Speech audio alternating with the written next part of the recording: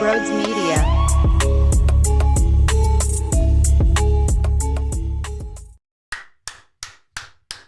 Dude. I had fun watching my baseball team tonight, that's for damn sure. I'll let you know how I feel momentarily before we get to all the juice. If you're new to the channel, hello, welcome. You can hit the subscribe button and hit that thumbs up button as well. Thank you. You can search Sports Talk with Broads on Apple Podcasts, Spotify, and take me on the road with you. You can leave a 5-star rating and a review. Thank you. And lastly, we have memberships here on YouTube. We live stream twice a week, Coffee with Broads, where we get to kick back, hang out, drink our coffees together. You also get access to our Discord channel. All the information is down below for the memberships here. I can't thank you all enough for the outrageous support. Oh yeah, real quick, I forgot to add that this show is similar to what I did last week. I had to do a Bleacher Report hit post-game, so I took the 20-minute Bleacher Report hit as the first section of the show, and then the tail end, 10 minutes at the back end, I took your anytime hotline calls, and that's how I elected to do it for this one. So thank you guys all so much. I appreciate it and enjoy the show. What is going on, everybody? Welcome on into Bleacher Report Live. The Phillies needed two things: Hoagie Fest and getting back to South Philadelphia. 18 hits, including 2 bombs from Kyle. Obviously, there was never a doubt. Hoagie Fest, June, Kyle Schwarber, nukes. They all go together. It's one. Guys, ridiculous. Boom with the homer. Ridiculous. Nicky doubles back in action. Ridiculous. Trea Turner back in the lineup. Multi-hit day. Ridiculous. Marshawn 4 for 4, including a beautiful strike him out, throw him out down in second base for one of 4 double plays. So good game for the Fightins, and they desperately needed it, considering, well, it's been ugly when they were away from Citizens Bank Park. What we witnessed and what we saw happen in Boston, the final game in London, in Baltimore, they needed something to spark adrenaline. And maybe it was a nice standing O for Trea Turner coming back in the lineup, and that was enough to get the fellas rocking. Christopher Sanchez, what a damn effort. 7 innings pitched, 1 earned run, and 1 walk.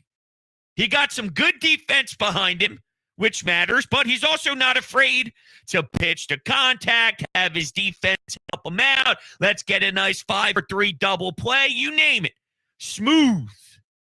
I was informed that the reason Zach Wheeler stunk is because JT is that much different of a caller of the game. No.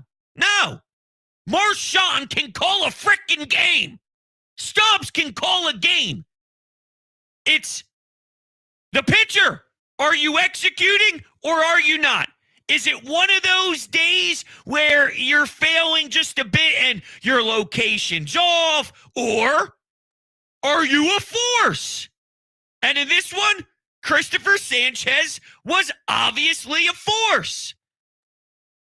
Now, before first pitch, we got the news that Johan Rojas got optioned to AAA. And obviously, there's multiple different reasons on why that is. Pache and the fact that he's got no options left, I think that played a role. But reality is, his defensive metrics that was thrown down our throat all offseason long by Dave Dombrowski and by the Phillies organization, it didn't really live out. It didn't play out at all. He made some sloppy mistakes out there, and yeah, you know what? So did Brandon Marsh when he boots a ball. It ends up scoring a run. Okay, but he also has a ridiculous double in the 7th that Johan Rojas can't do. Has Johan Rojas improved? Has he done anything better and taken real strides? Because I actually think defensively it's gotten worse. And then you're seeing the dysfunction on the bases. I don't know if he's afraid to get picked off, if he's afraid to get too much of a lead, if he's putting so much pressure on himself that he's taking himself out of his own game. But it wasn't too long ago, a few nights ago, where he gets thrown out. What was that, the first game against the Baltimore Orioles, where he should have been able to score? He didn't. He got out at home. Why? Well, we were told that the Phillies weren't very happy with him with his lack of secondary lead. That's a problem. We needed real improvement. You knew what you had to work on last year. You were overpowered and overmatched in the playoffs, unplayable. Should have been pinched hit for in the fourth inning with bases loaded, but who am I to judge? No, I'll judge. I'll judge. He should have been pinched hit for, but I digress. It makes sense. I can make the argument that he didn't even deserve the job prior to the season beginning. But I do have to go back to this, though. As much as I'm not the biggest Johan Rojas fan in the world, if Nick Castellanos was hitting 270, hitting 265 with an absurd amount of power, if left field, if Whit Merrifield could be slotted into the outfield and actually contributing, if they weren't as desperate as they are to get some version of contribution out of their outfield offensively, maybe you could live with Rojas as your 9-hole hitter being overpowered still. And I'm just saying maybe what factored into this is his teammates out in the outfield have stunk. Now, if Rojas did his job, if Rojas got better, if Rojas could actually hit and actually defend and actually give you an advantage on the bases more than he has this year and not be afraid to get picked off, then he'd still be here when it's all said and done. So I don't want to make it seem like it's the others that screwed him. He screwed himself, but it didn't help, is my overall point. It didn't help. But that brings us to our Bleacher Report poll question of the day. Do you have any faith that Nick Castellanos can turn it around? Yes or no? And my answer is yes. I wouldn't put my bank account on it. I wouldn't touch my savings and throw an absurd amount of cash down. But do I have any faith? Yeah, I do. Those doubles, okay? It was what? Maybe my last show I did over on Broads Media. I took some of the calls, and a lot of Phillies fans called in, and someone said all he does is get dinky-dunky doubles, and they don't have any value. That's not true. Those were not dinky doubles. Those were not little, tiny, small doubles. Those were roped. Those were absolutely obliterated into the gap, strong doubles. So I can't downplay what he's capable of doing. What stinks, though, is he goes hitless against Baltimore and goes first pitch swinging and doesn't make any adjustments and just gets beat down and then looks like a joke. That happens too much. But the question is, do I have any faith? Yeah, I have some. Might be a little bit. It's probably more than most fans. I'd say I sit around 20%. I believe most fans probably sit under 10, if not under 5, because it's been years now. It's been a while. And more times than not, we've seen bad Nick Castellanos. But maybe the fact that he's not batting 2, I don't know if him batting in front of Bryce Harper when there were a lot of names being missed from this lineup, that he was out of sync, out of a good role. I don't know. Maybe if he's hitting 7th in that range, there's less pressure. You don't have to worry about too much. You're not focused on, that same level of aggression of getting on base and then having someone available on base in front of Bryce. I don't know. But I liked what I saw against San Diego. I pray that we can find some sort of momentum for him, please. Now, speaking of one of Nick's doubles, do I have an issue with Alec Boehm being sent home and getting gunned out with a hose on an awesome relay? No, it took a magnificent relay to get him out. And quite frankly, if Boehm slid better, I think he's in. I think they actually beat the throw, but it was the way that he slid and the way that he just missed the plate that was more problematic than anything else. But if I'm going to rip Dusty Wathan for not sending Nick Castellanos a few weeks ago or a few games ago when there was an inside the park home run opportunity for the guy and they held him up at third and he didn't come across home plate at all, and I'm like, dude, apply pressure. Go. There are times when you have to take a calculated risk as a third base coach to send the guy flying home. And I have no problems at all living and dying with Dusty sending Alec Bohm in that position. It took a really strong defensive effort and a lot of good throws right on the money to make it happen. And even with those good throws, I thought that Alec Bohm still should have slid in there safe. So I'm not really going to criticize it heavily at all. There was a secondary talking point in regards to base running in this one, and that was when Bryce Harper hit a double. More times than not, we see a healthy Trea Turner score from where he was on the bases. But when you watch the replay, there was a bit of a 80% effort type of deal, and it's not for laziness purposes by any means. It seemed like maybe it was an approach as an organization to take it slower. Hey, make sure you don't go overboard. Make sure you don't put too much on the hamstrings. Don't try and do too much. If you can, hold up. Don't worry about it. We'll live with an out or a missed run scored for you to get back and stay healthy and feel good for a couple of games. Let's just get some innings under your belt. But then there was some speculation that, are we putting him in a position to succeed if we're asking him to not go 100? If he can't go 100, why is he out there? Now, I don't feel that strongly about it. I'm totally okay with him playing. And if he's being held up with a Bryce Harper double and it's Bryce and Trea sitting on second and third, and I'm okay with that. Knowing the circumstances of Trea just getting back from the injured list, I got no issue with it. It doesn't hurt my feelings. I understand what they're trying to do, and I think Trea is clearly at a high enough percentage where it makes sense for him to get at-bats again, for him to take some ground balls. How about that play for the game to end? The diving play to his left, he flips it to second base. Nice double play. He made some really nice plays out there. I value him getting that again, getting loose, right? He was hitting 350 prior to getting hurt. Let's get him some at-bats, see if he can stay into that groove, and he gets 2 hits today. So obviously he did. I think that's more important than just the fact that maybe they asked him to peel it back just a tad type deal. But going back to the Bohm one real quick, there was a little bit of a hobble when he was going back to the dugout. I don't know. It wasn't as if it was an appealing look to the eye test. There was something going on. Then he followed it up with a piss missile to left center field. That thing was gross. I love when Alec Bohm gets a hold of one. It's to his pool side. His hips turn. It's good. It's gorgeous. He really does have a gorgeous swing for sure. What else do we have here? Kyle with his 2 homers and his 2 walks.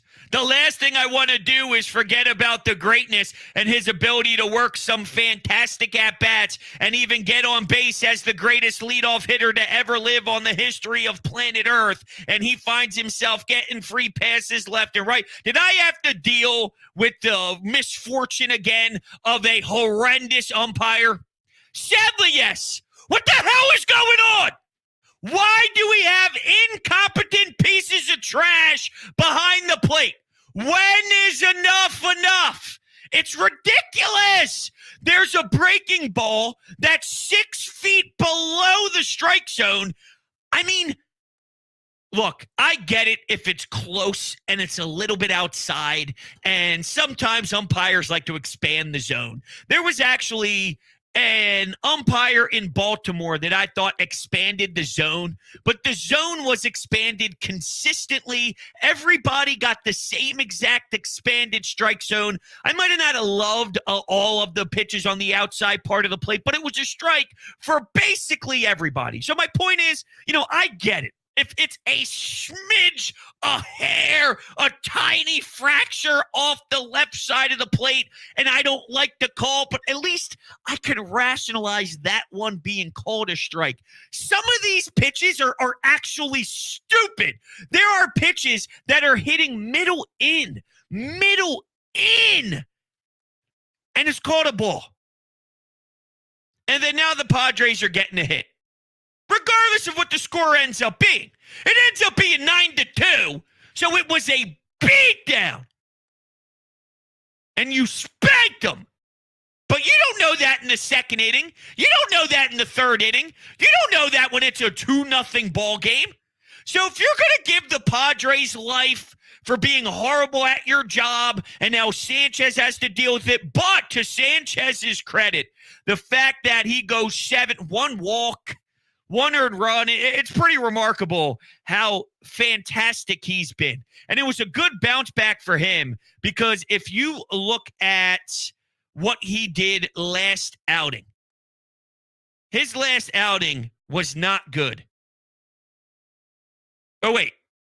Yes, sorry. 4 innings, 4 earned runs, 7 hits in an 8-6 loss to the Boston Red Sox. That was the game where the Phils got to Nick Pivetta, and I thought I would be sleeping sound at night knowing that we obliterated one of the biggest frauds in Major League Baseball history, but you still end up losing that game. But yeah, you go 4 earned runs in 4 innings, no bueno. And he hasn't had many of those games. So for it to be a bounce back at home, so far, damn, his game log is super impressive. 6 innings, 1 earned run. 6 innings, no earned runs. 5 1/3, 1 earned runs. 7 innings, 2 earned runs. Dude's a machine. So when he has his toughest L in Boston, the next time he gets the ball, I'm not playing any games. I'm going to shove. Watch what I can do, Topper. If that's not unreal, I don't know what is. I don't know what is. So my last thought here. Rob Thompson spoke about Marshawn's big night. He must have gone to church this morning, he said. That's funny. I love Rob. And I still can't get over what he did when he was getting in the face of that blue the other day. I did not know he could reach that level. And the fact that I know it's in there now, sometimes. Sometimes. You just never know. So, Phillies Notes tweeted this out. Kyle Schwarber has 60 career home runs in June in 172 games. That is the fastest 60 home runs in June in Major League Baseball history. Some guy named Mike Piazza, I don't know if you're familiar with him or not, he had 60 home runs in 191 games. So essentially, Kyle Schwarber did it in 20 less games. The only player in MLB history to reach 60 home runs in fewer games than Schwarber in June in any month was Juan Gonzalez in August with 167 games. So 5 games less than Schwarber. I don't know. I mean, that's just the breakdown. I don't know. I don't know how it's done. But it keeps getting done at this time of the year. It's mid-June, a little past mid-June. Hoagie Fest comes, and the guy's outrageous. He's outrageous. All right, so this is how I'm going to summarize my thoughts here. Huge win for the team. Really needed it after some of the losses on the road. Big chance here to make a statement against the Padres, and this is a team that the worst squad that I hate more than life, the New York Mets, just swept. So they're down. They're not feeling good about themselves. I want you to continue to knock them down. You would think that there would be some fight out of San Diego because they're embarrassed. They got crushed by a really bad team in the Mets. Don't let them fool you as if the Mets think that they're actually worthy of something. No. Trash. They're trash. What did the Mets do today? Did they play? Oh, they're beating the Rangers 11-2 in the 5th inning. Still, though, trash. Big win. The Rojas thing, just from an overhead view as the decision, it says a lot. It says a lot. It's the ownership and Dave Dombrowski admitting they were wrong because they gave this kid a super long leash. Regardless on what they say about what he does in the minors, if he could bunt, if he could do this, if he could work on that. Yeah, well, you're asking him to work on 3 phases of his game. Do you know how much that is? You're asking him to bunt, you're asking him to do this, that, the other. I mean, he had all offseason to learn how to bunt. He had all offseason to learn how to improve on his craft. And now he just hasn't been able to do it efficiently enough at this time, or excuse me, at this stage. With this much time and opportunity. It's given a long window. And I never thought that they'd actually break. I thought they'd go down saying, whoa, this was our blueprint. To their credit, they're willing to adjust on the fly. And they're pretty desperate. So what I expect is some moves here prior to the deadline going after Luis Robert. Go listen to what's being said nationally on all these MLB Sirius XM radio hits or these MLB Central, MLB Network hits.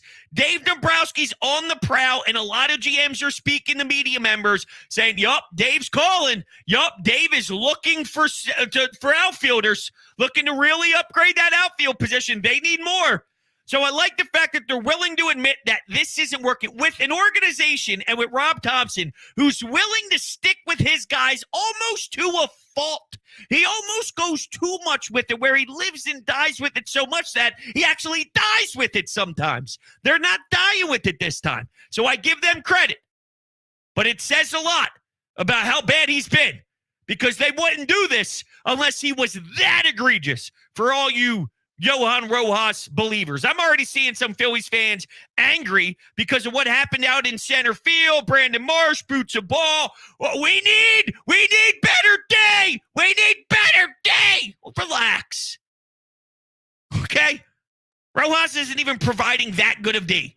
Pache, Marsh, they could do what Rojas has done this year. Plus, Marsh can actually contribute offensively. So please, relax. All right, let's run on over to the Anytime Hotline and hear from the greatest people in the world, huh? Bro, it's Andy from Sarasota, just watching the best leadoff hitter in history. Jack his second of the night. Nothing like a little home cooking for the Phils to get things back in order. I like seeing Trea Turner back in the 2-hole. And I am thinking, though, it might be time to give Stott a day or 2 off. Let Sosa get some ABs and see if he can get the same effect as Bomer. Anyway, man, take it easy. Talk to you soon. Happy Father's Day. Thank you so much. I appreciate that. Yeah, Stott is definitely going through it a little bit. The weird part is, and I don't know if it's a Nick Castellanos thing. I'm a veteran. We heard him, yell at the umpire not too long ago that he deserves respect. He's been in this league for 10 years, so speak the fuck up, brother, right? He said something along those lines, and it was pretty aggressive. I actually gave love and appreciation to the blue just to take it and move on. That's good stuff, especially because umpires suck at their job. I don't know if you've ever heard me say that before. But the weird part is that, Rob Thompson is willing to sit a lot of these guys here and there. If there's a lefty, maybe Stott sits and whatever it goes, right? Or however it goes. But with Nick Castellanos, he'll play no matter what. This guy will go hitless in the 2-hole for 3 straight games when we need some veteran to step up and actually bring some spark. He fails miserably. And this guy hasn't sat. He hasn't taken a seat at all. So why does Nick get this crazy free pass? And I'm not even disagreeing with you. Your overall point will maybe Stott taking a breather for just a second. I'm cool with it. I'm totally cool with it. There's been a lot of travel. Maybe he can just take a step down for a second just to let a breath of fresh air go. I got no issue with it at all. But as soon as I hear that, I wonder why Nick gets this crazy free pass. And I'm just speculating. There's no reason for me to ever actually think that there's a real problem here. I believe the clubhouse loves Nick to death, even though he struggles on the field. I don't think that he's a cancer to the room. I don't think guys despise him. I think players absolutely love Nick Castellanos, but I wonder if it is a personality trait. Like, the reason why he doesn't sit is he won't accept it. And maybe that is a cool trait to have. Maybe that's an awesome personality trait to have. Like, fuck no, I am playing. I want to play. I'm going to get through this. Maybe there's something about it, but at some point, you got to respect the organizational's view or Rob's view. If you're going down hitting 200, it's the middle of June, and he's close to 200 as a batting average. At some point, the numbers tell you everything. You need to take a deep breath and just try to recalibrate with a day. It's not that big of a deal. It's okay to play 160 games instead of 162. It's okay to play 155 instead of 162, especially if you're hitting 200. But the question becomes why. And I know I sort of got distracted from your overall point. I'm with you on your overall point that it's time for Bryson Stott maybe to get a game. But it blows my mind that Nick just gets slotted in no matter what. And I try to figure out why. And is it because he won't let Rob sit him down?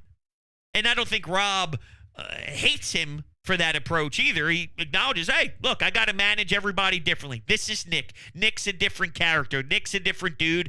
He's going to get that leash, but it's just crazy. But Nicky Doubles, you know me, Nicky Doubles. Start smoking around doubles. I'm all good, man. I'm all right with this effort. I don't want to sit him down right now because he actually looked good. But I just know, based off the track record, and not to short down the timeline here, we might get an 0 for 4 swinging at the first pitch and a few pitches that are off the plate. You know what I'm saying? All right, let's go to the next call.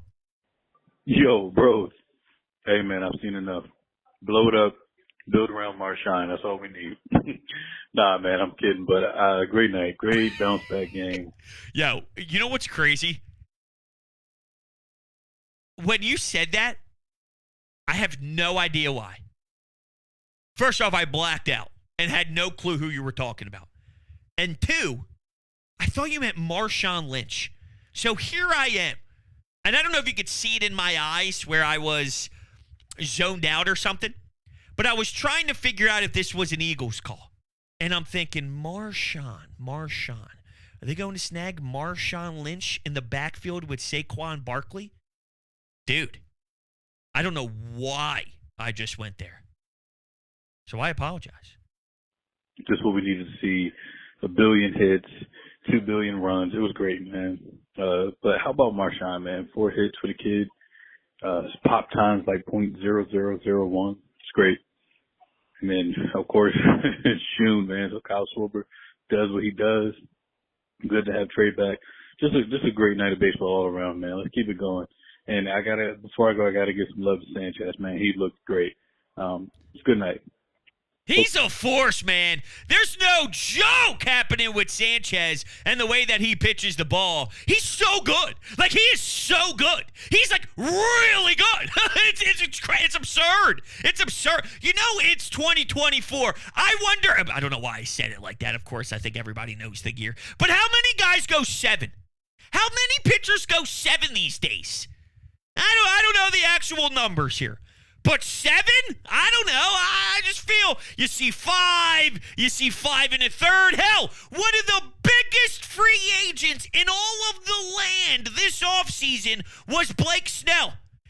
And he was trying to get this big bag and Scott Boras and let's get money and this and that. And then you look at his innings pitched. This guy can't go into a ball game and go the distance. He can't go deep. He can't give you real, legitimate long numbers. Yet here's Christopher Sanchez as a 4.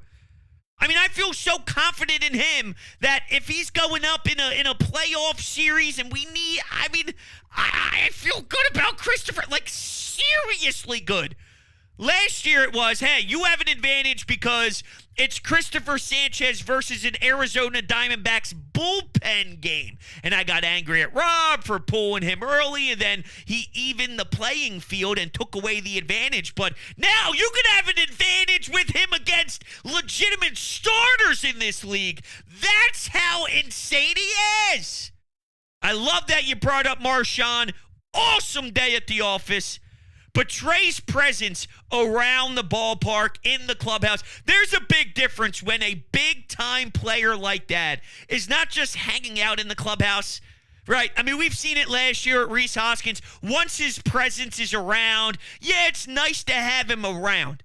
Big difference being around and then being on the field.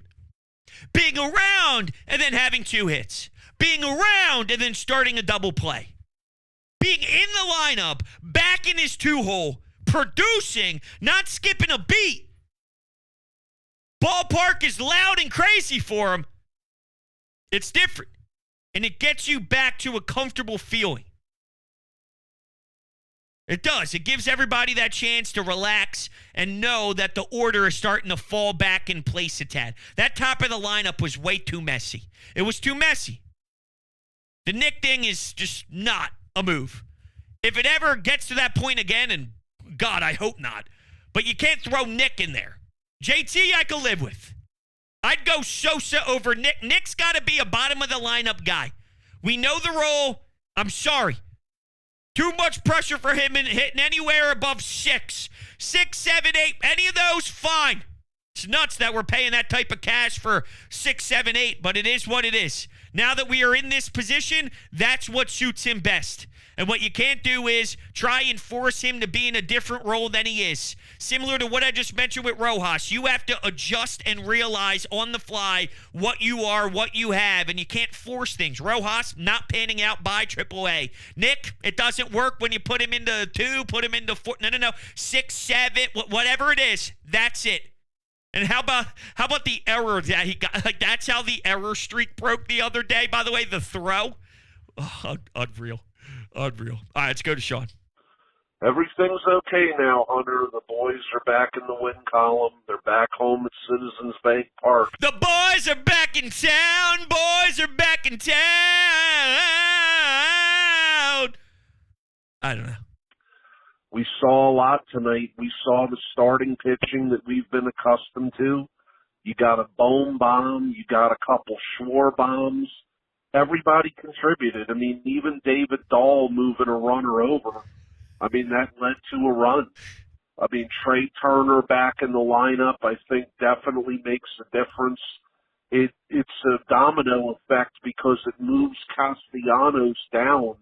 And I think Nick in a lesser role, that might be the way to go. I mean, takes pressure off of him, and he had a couple good at-bats tonight. Same wavelength, Sean. Same wavelength. Rafael Marchand, that arm is a bazooka. I mean, what a throw to nail Hassan Kim. And I said this to Amadeo, there's been plenty of players that have gotten 4 hits in a game, but there's been nobody that's gotten 4 less velocity off the bat type hits than Marchand got tonight. Hey, baby! He's beating out an infield single. He's working his ass and getting down the line. There's somebody over there on the left side of the infield that has a house, all right, that has a hell of an arm. And here's Marchand putting his head down, busting it down the line. 4 hits is 4 hits, my friend. 4 hits is 4 hits. I love it. All right, everybody. Thank you all so much. I appreciate your love and support. You're the best. Talk to you on the next one.